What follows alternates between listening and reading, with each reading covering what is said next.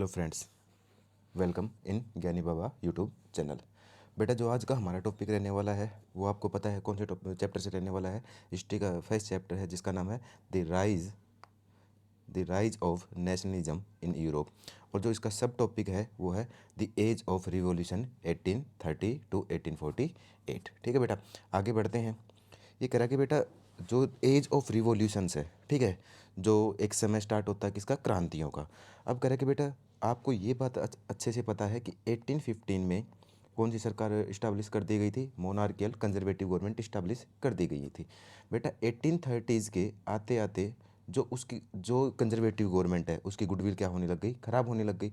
और इसकी ख़राब होती गुडविल का फ़ायदा किसने उठाया बेटा, जो लिबरल मिडिल क्लास थे, जो लिबरल नेशनलिस्ट थे, उन्होंने इसका क्या उठाया, फ़ायदा उठाया। और बेटा धीरे धीरे करके पूरे यूरोप से कंजर्वेटिव गवर्नमेंट को क्या कर दिया, समाप्त कर दिया। करा कि बेटा the struggle between the restoration of conservative regimes and the unstoppable rise of liberal nationalist ideals across the Europe continent. करा कि बेटा ये एक ऐसा समय था 1830 से लेके 1848 का समय जो था। एक तरफ तो जो क्या कहते हैं, जो कंजर्वेटिव थे, ठीक है, जो कंजर्वेटिव्स थे वो खुद को मजबूत करने की कोशिश कर रहे थे, ठीक है। दूसरी तरफ इसके जो अगेंस्ट थे वो कौन से थे बेटा, लिबरल जो नेशनलिस्ट थे वो थे। वो क्या करने की कोशिश कर रहे थे, ये अपने आप को कंसोलिडेट करने की कोशिश कर रहे थे, लेकिन जो लिबरल नेशनलिस्ट थे वो इनको हटाना चाह रहे थे। तो ये समय है दोनों के बीच में पावर स्ट्रगल का, ठीक है। जो 1830 से 1848 का पीरियड है ये पावर स्ट्रगल का है बिटवीन इसके बीच में, कंजर्वेटिव और लिबरल नेशनलिस्ट के बीच में। क्योंकि आपको पता है कंजर्वेटिव गवर्नमेंट ने क्या किया था बेटा, फ्रीडम ऑफ स्पीच थी, आपको पता है सेंसरशिप लगा दी गई थी, इंडिविजुअल फ्रीडम को क्या कर दिया था, ख़त्म कर दिया गया था।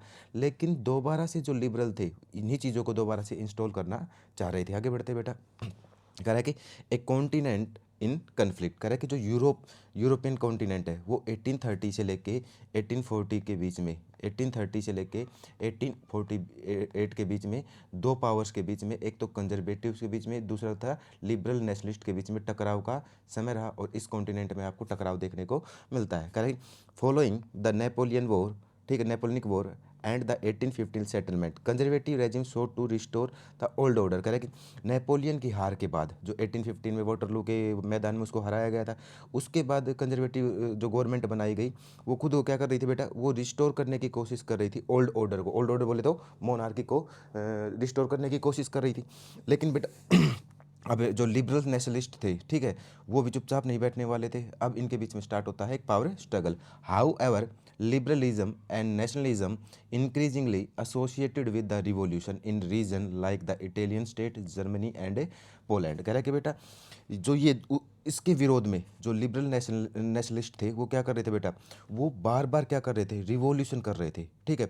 यूरोप के रीजन्स में आपको रिवॉल्यूशन देखने को मिलते हैं, किसके अगेंस्ट, कंजर्वेटिव के अगेंस्ट। इटालियन स्टेट्स में आपको देखने को मिलते हैं, जर्मनी में आपको ये चीज़ें देखने को मिलेंगी, और पोलैंड और वेरियस जो यूरोपियन कंट्री हैं उसमें आपको रिवॉल्यूशन देखने को मिलेंगे, किसके अगेंस्ट, कंजर्वेटिव के। कह रहा है कि चैलेंज टू ऑटोक्रेटिक रूल, कह रहा है कि उन्होंने क्या किया बेटा, जो निरंकुश शासन था, ठीक है, उसको क्या दी बेटा, चुनौती पेश की, ठीक है। लिबरल नेशनलिस्ट ने उनको चुनौती दी।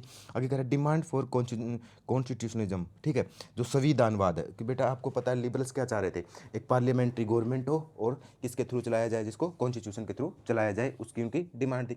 राइज ऑफ नेशनल आइडेंटिटी, अब बेटा लोगों में क्या आने लगी, एक पहचान डेवलप होने लगी, राष्ट्रीय पहचान डेवलप होने लगी, ठीक है।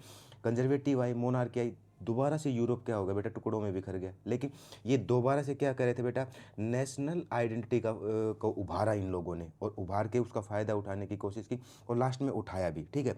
और कंजर्वेटिव्स को क्या कर दिया गया बेटा, सत्ता से बाहर कर दिया। आगे बढ़ते हैं, कह रहा है कि ड्यू द न्यू लीडरशिप, कह रहा है कि the 1830s the revolution were lead by the liberal nationalist educated middle class elite. कह रहा है कि जो 1830s से जो साइकिल स्टार्ट होती है रिवोल्यूशन की, उसको लीड किसने किया बेटा, कह रहा है कि जो लिबरल नेशनलिस्ट थे, जो एजुकेटेड थे और जो मध्यम वर्ग फैमिली से, परिवार से थे, उन्होंने क्या किया, इसको लीडरशिप प्रोवाइड की। इसमें कौन कौन शामिल था बेटा, कह रहा है कि इसमें यूनिवर्सिटी प्रोफेसर थे, ठीक है, स्कूल टीचर्स थे, liberal nationalist classmate, government clerk थे, ठीक, और मर्चेंट्स थे। कह रहा है कि जो यूनिवर्सिटी प्रोफेसर थे उन्होंने क्या कहा, क्या किया बेटा, thinker who provide the intellectual framework for the freedom, इन्होंने एक ढांचा प्रोवाइड किया एक ढांचा, बौद्धिक ढांचा प्रोवाइड किया कि जब हम कंजर्वेटिव्स को हटा देंगे तो आगे आने वाले समय पे जो स्वतंत्र राष्ट्र बनेगा उसके क्या क्या उसके आइडल्स होंगे, क्या किन किन चीज़ों पे उसको बेस किया जाएगा, ये सारा का सारा जो बौद्धिक ढांचा था ये इन्होंने तैयार किया था। कह रहा कि ये जो स्कूल टीचर थे इन्होंने क्या किया बेटा, educator who spread the nationalist sentiment to the youth. कह रहा कि जो फीलिंग्स थी, जो राष्ट्रवादी फीलिंग थी, उनको स्प्रेड किया इन टीचर्स ने, किसमें बेटा, युवाओं के बीच में। करा कि आगे गवर्नमेंट क्लर्क थे, इन्होंने डिमांड की क्या बेटा, रिफॉर्म्स की, कि एडमिनिस्ट्रेटिव रिफॉर्म किया जाए, जो आपको नेपोलियन के टाइम पे तो दिखाई देते हैं लेकिन कंजर्वेटिव्स के टाइम पे आके क्या हो जाते हैं, खत्म हो जाते हैं। लेकिन जो ये गवर्नमेंट क्लर्क थे जो लिबरल नेशनलिस्ट थे, इन्होंने यही डिमांड की कि क्या लेके आया जाए, डिमांड की कि रिफॉर्म्स लेके आया जाए, किसमें बेटा, एडमिनिस्ट्रेटिव में। ठीक है।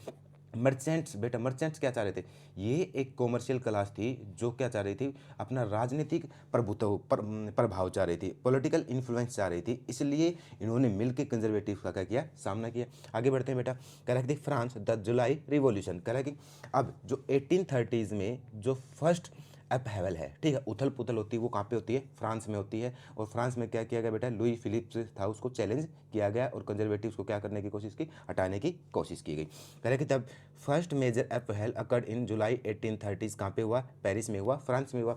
The bourbon king restore after 1815। कह रहे कि जो बर्बन किंग, ठीक है, जो रिस्टोर किया गया था कंजर्वेटिव्स के द्वारा 1815 में वियना ट्रीटी के तहत, वर ओवरथ्रो, उसको उखाड़ फेंक का गया, ठीक है, by liberal revolutionaries who reject the return to the absolute monarchy. ठीक है। अब वो क्या चाह रहे थे बेटा, जो लिबरल नेशनलिस्ट थे वो दोबारा से, जो एक प्रकार से कह रहे कि वो दोबारा से जो मोनार्की थी ना, एब्सोल्यूट मोनार्की, उसकी तरफ नहीं जाना चाह रहे थे। कह रहे this event shattered the conservative calm Europe and spark domino effect across the continent. कह रहे कि जो ये इवेंट्स थे, ठीक है, जो फ्रांस में घटना हुई, उनसे क्या हो गया बेटा, इस इन्होंने कंजर्वेटिव को क्या कर दिया बेटा, काम कर दिया, ठीक है, यूरोप के जो कंजर्वेटिव थे। और कह रहे कि इसका जो फ्रांस की जो घटना है इसका प्रभाव पूरे कॉन्टिनेंट है, पूरे यूरोप में देखा गया। और पूरे यूरोप में जो कंजर्वेटिव थे उनको क्या किया गया, चैलेंज ऐसे किया गया। ठीक है। आगे बढ़ते हैं। करें द सिटीजन किंग, ठीक है, जो लुई फिलिप फर्स्ट था, ठीक है बेटा, आपको पता है कंजर्वेटिव ने क्या किया था, जो बर्बन डायनेस्टी थी, ठीक है, बर्बन डायनेस्टी को क्या किया था, रिस्टोर किया गया था। और लुई फिलिप्स को किस पे बैठाया गया था बेटा, सियासन पे बैठाया गया था। ठीक है। अब जैसे ही बेटा फर्स्ट अप्रैल हुआ जुलाई में, ठीक है, in place of the bourbon liberal revolution install एक कॉन्स्टिट्यूशनल मोनार्की। कह रहा कि क्या कर दिया बेटा, बर्बन डायनेस्टी के जो किंग था, जो एब्सोल्यूट मोनार्की था, उसको हटा दिया गया। ठीक है। और क्या बना दिया गया बेटा, फ्रांस को कॉन्स्टिट्यूशनल मोनार्की बना दिया गया। कॉन्स्टिट्यूशनल मोनार्की, लुई फिलिप ने ये मान लिया कि भाई एक तरफ क्या रहेगा, एक तरफ किंग रहेगा और दूसरी तरफ क्या रहेगी बेटा, पीपल, गवर्नमेंट ऑफ पीपल रहेगी, गवर्नमेंट ऑफ पीपल रहेगी। ठीक है। और किंग वही काम करेगा जो जनता की सरकार बोलेगी। ठीक है। इसे ही बोला जाता है कॉन्स्टिट्यूशनल मोनार्की। यानी कि कहने की बात यह है कि जो किंग है इसमें सब्जेक्ट बन जाता है किसका बेटा, गवर्नमेंट ऑफ पीपल का, यानी कि अगर वो नेशनल असेंबली है या पार्लियामेंट है उसका सब्जेक्ट बन जाता है। ठीक है। आगे, Louis Philippe was position at the age the citizen king. कह रहा कि अब जो ये लुई फिलिप था, अब ये क्या बन गया बेटा, जनता का राजा बन गया। जनता का राजा का मतलब है अब जो जनता जो चाहेगी ना वही काम क्या करेगा, लुई फिलिप्स करेगा। यानी कि जनता चाहेगी इनडायरेक्टली, जनता के जो रिप्रेजेंटेटिव जो सरकार में बैठेंगे जो वो चाहेंगे वही लुई फिलिप्स को क्या करना पड़ेगा। ठीक है। इसलिए बोला गया citizen king. Embodying a new era, बेटा ये किस चीज़ को करता है, एक नए समय को बताता है। Where the monarch derived power from the people rather than the divine right. करेंगे अब राजा की जो पावर थी उसका सोर्स क्या बन गया बेटा, उसके सोर्स बच गए लोग। ठीक है। अब लोग राजा की पावर को क्या करेंगे, रिस्ट्रिक्ट करेंगे और जैसा लोग चाहेंगे वैसा ही राजा को करना पड़ेगा। किसकी बजाय बेटा, पहले राजा क्या मानता था खुद को, ईश्वर के अधिकार क्षेत्र में रहकर क्या करता था, काम करता था। ये माना जाता था कि जो किंग है ना वो भगवान के द्वारा भेजा गया क्या है, एक ऐसा व्यक्ति है जो जनता को क्या करेगा, रूल करेगा। लेकिन अब बेटा ये ईश्वर के अधिकार क्षेत्र से बाहर होके अब जनता इसको अधिकार क्षेत्र देगी, जैसा अधिकार क्षेत्र देगी वैसा ही उसको काम करना पड़ेगा। ठीक है। ये एब्सोल्यूट यानी कि अपने आप से कोई भी डिसीजन नहीं लेगा। आगे बढ़ते हैं बेटा। कह रहा है कि ये घटना घटते ही, ठीक है, ये फ्रांस की घटना घटते ही अब आपको पता है जो मैटरनिक था, ठीक है, क्लेमेंस वॉन मैटरनिक, उसको ये बात तो पता थी कि फ्रांस में कंजर्वेटिव क्या हो चुके हैं, साफ हो चुके हैं। और बेटा फ्रांस में देखो, जैसे फ्रेंच रिवॉल्यूशन देख लो, ठीक है, नेपोलियन को देख लो, सारी की सारी घटनाओं कहाँ से, सारी की सारी घटनाएं कहाँ से स्टार्ट होती है, ये फ्रांस से स्टार्ट होती है। और फ्रांस से स्टार्ट होने के बाद क्या हो जाती हैं, पूरे यूरोप में फैल जाती है। तो इस समय को मैटरनिक ने बेटा क्या किया, कोट किया है, when France sneezes the rest Europe catch cold, करेगी जब फ्रांस छींकता है ना तो पूरे बाकी यूरोप को क्या लग जाती है, सर्दी लग जाती है। तो इसका कहने का अर्थ क्या है बेटा, सिंबॉलिक तौर पे जो फ्रांस में जो घटना घटी है वो पूरे यूरोप में क्या हो जाएगी, पूरे यूरोप की बाउंड्री तक, उनके बॉर्डर तक क्या हो जाएगी, फैल जाएगी। ठीक है, जैसे कंजर्वेटिव्स को पहले फ्रांस में हटा दिया गया, धीरे धीरे उसको बेल्जियम से भी हटा दिया गया। ठीक है, ग्रीस भी बाद में आज़ाद होता है। ठीक है बेटा, आगे बढ़ते हैं।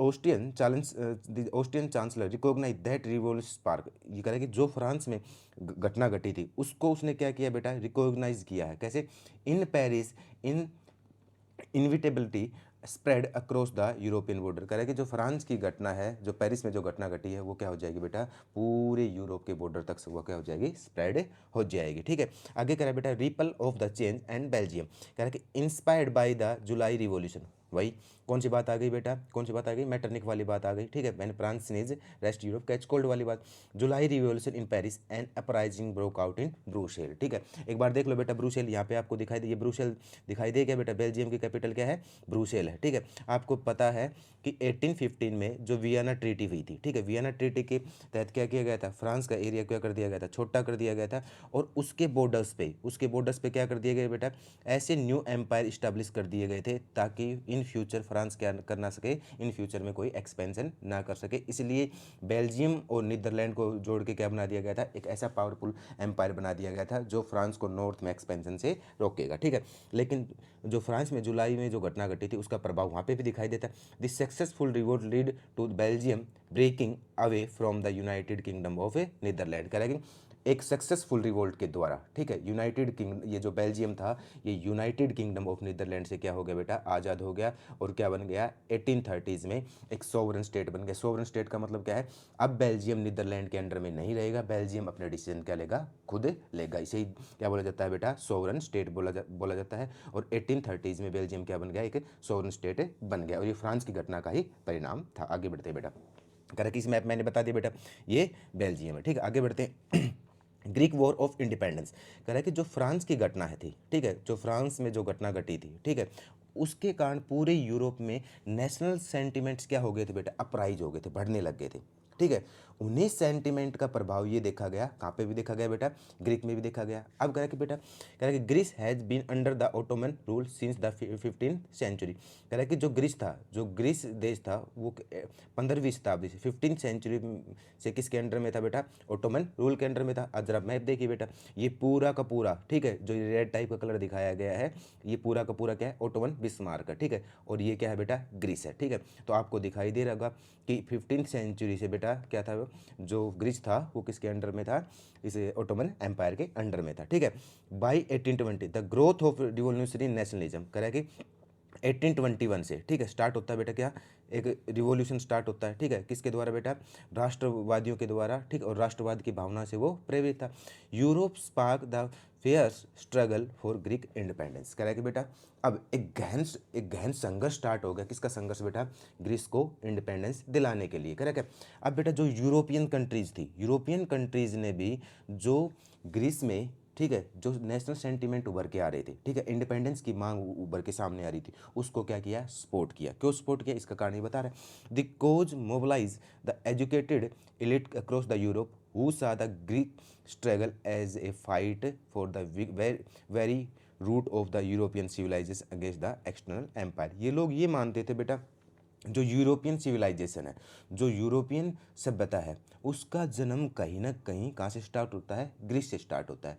और वो ग्रीस किसके अंडर में बेटा, एक एक्सटर्नल एम्पायर के अंडर में। हमें इसको क्या करवाना पड़ेगा बेटा, इंडिपेंडेंस दिलानी पड़ेगी। इसलिए वेस्टर्न कंट्रीज़ ने और मिडिल क्लास ने क्या किया था बेटा, ग्रीस वॉर ऑफ इंडिपेंडेंस को सपोर्ट किया था। ठीक है बेटा, ये मैंने बता दिया आपको मैप में। The cradle of the civilisation 1820 the Greek revolution ignites, करेगा बेटा, poet and artist lauded Greece as the foundation of European heritage. करेगा कि बेटा जो पोएट थे, जो आर्टिस्ट थे, उन्होंने लाउडली ये कहा जो ग्रीस है ना, वो क्या है बेटा, यूरोपियन जो हेरिटेज है, जो विरासत है, उसकी फाउंडेशन है, उसकी नींव है। इसलिए हमें क्या करना पड़ेगा, ग्रीस वॉर ऑफ इंडिपेंडेंस को क्या करना पड़ेगा, सपोर्ट करना पड़ेगा। दिस फिलहेलेनिक मूवमेंट कह रहा है कि बेटा ये कौन सा मूवमेंट था बेटा, ये ऐसा मूवमेंट था जिसमें जो आर्टिस्ट थे, जो पोइट्स थे, ठीक है, उन्होंने ये मूवमेंट स्टार्ट किया था। और मूवमेंट किस लिए स्टार्ट किया था बेटा, एक एक्सटर्नल एम्पायर से, जो ओटोमन एम्पायर था, उससे किसको आज़ाद करवाना था, उसको क्या कहते हैं, ग्रीस को आज़ाद करवाना था। Western sympathies toward the Greek cause. और बेटा इस मूवमेंट के कारण जो वेस्टर्न कंट्रीज थी, ठीक है, वेस्टर्न कंट्रीज के जो पीपल थे, उन्होंने ग्रीस को क्या किया बेटा, ग्रीस को सपोर्ट किया। और किसके लिए बेटा, इंडिपेंडेंस के लिए, ठीक है। आगे बढ़ते हैं, लॉर्ड बायरन, ठीक है बेटा, एक एग्जांपल दिया गया है, लॉर्ड बायरन एक रोमांटिक है, मैटायर है, ठीक है। The English poet Lord Byron become the face of internal support for Greece. कह रहा है कि बेटा जो ये व्यक्ति था, ठीक है, यहाँ पे ये व्यक्ति दिया गया है, मैंने इमेज लगाई है, ये क्या बन गया बेटा, एक अंतर्राष्ट्रीय चेहरा बन गया। किसके लिए चेहरा बन गया बेटा, ग्रीस की इंडिपेंडेंस के लिए, ठीक है। करेक्ट, ही ऑर्गेनाइज फंड, इसने बेटा फंड को इकट्ठा किया ताकि ग्रीस को क्या दिया जा सके, आज़ादी दिलाई जा सके। And personally travel to the fight alongside the Greek revolutionary. कह रहा है कि जो ग्रीक के जो क्रांतिकारी थे, उनके साथ इन्होंने मिलकर संघर्ष भी किया। कह रहे बेटा द थो ही डाइड फोयर, कह रहे कि बेटा वो बाद में मर गया 1824 में, बिफोर इंडिपेंडेंस वॉज बोर्न। कह रहे कि आज़ाद होने से पहले उसकी क्या हो गई, डेथ हो गई। He become the symbol of struggle heroism. बेटा ये क्या बन गया, ये संघर्ष का एक फेस बन गया, ठीक है, संघर्ष का क्या बन गया, एक नायक बन गया। कौन, लॉर्ड बायरन, ठीक है।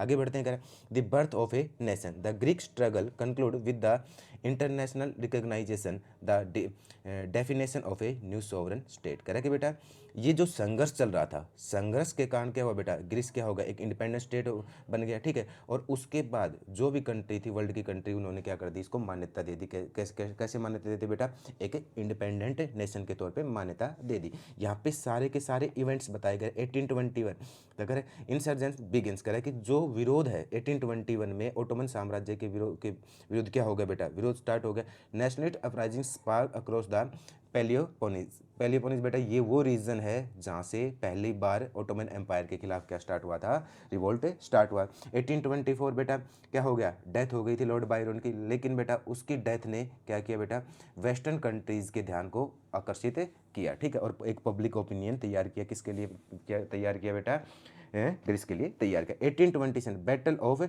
नावरिनो, ठीक है, बैटल ऑफ नावरिनो बेटा जो किसके, ग्रीस ने लड़ा था, किसके अगेंस्ट, ओटोमन एम्पायर के। करके जिसमें ब्रिटेन का साथ मिला ग्रीस को, फ्रांस का साथ मिला और रसिया का साथ मिला। और इनके साथ के बाद क्या हो गया बेटा, ग्रीस ने क्या कर ली, अपनी जो विक्ट्री है उसको क्या कर लिया, सिक्योर कर लिया। वो क्या बन गया, एक इंडिपेंडेंट नेशन बन गया। 1832 एक संधि हुई, एक ट्रीटी ऑफ कॉन्स्टेंटिनोपल, ठीक है। इस ट्रीटी के तहत क्या कर दिया गया, रिकॉग्नाइज कर दिया गया, मान्यता दे दी गई, किसको बेटा, ग्रीस को एक इंडिपेंडेंट नेशन के तौर पे, ठीक है बेटा। ये थी हमारी आज की क्लास नंबर 8।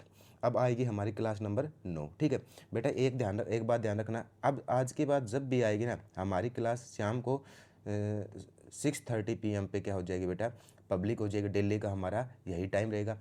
आप ज़्यादा से ज़्यादा चैनल को क्या करें बेटा, सब्सक्राइब करें, लाइक करें, और आपकी कोई भी क्यूरीज है वो आप कमेंट किया करो, ताकि मुझे पता चलता रहे कि वीडियो में क्या कमी है, ताकि मैं उसमें क्या कर सकूं बेटा, सुधार कर सकूं। ठीक है बेटा, आज के लिए धन्यवाद, बाय बाय।